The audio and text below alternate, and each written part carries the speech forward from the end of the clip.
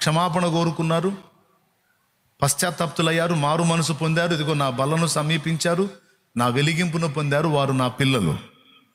శుద్ధీకరణ పొంది ఇదిగో నా వైపు తిరిగారు.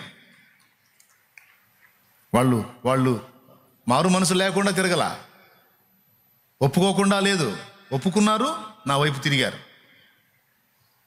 అన్నిసార్లు ఎట్లా క్షమిస్తావు? 100 సార్లు క్షమిస్తా, నీకెందుకురా అబ్బాయి? ఆ క్షమాపణ కూడా అంతూ పంతూ ఉండాలి. పద్దాకలు క్షమిస్తూ ఉంటాం అంటే నా ఇష్టం.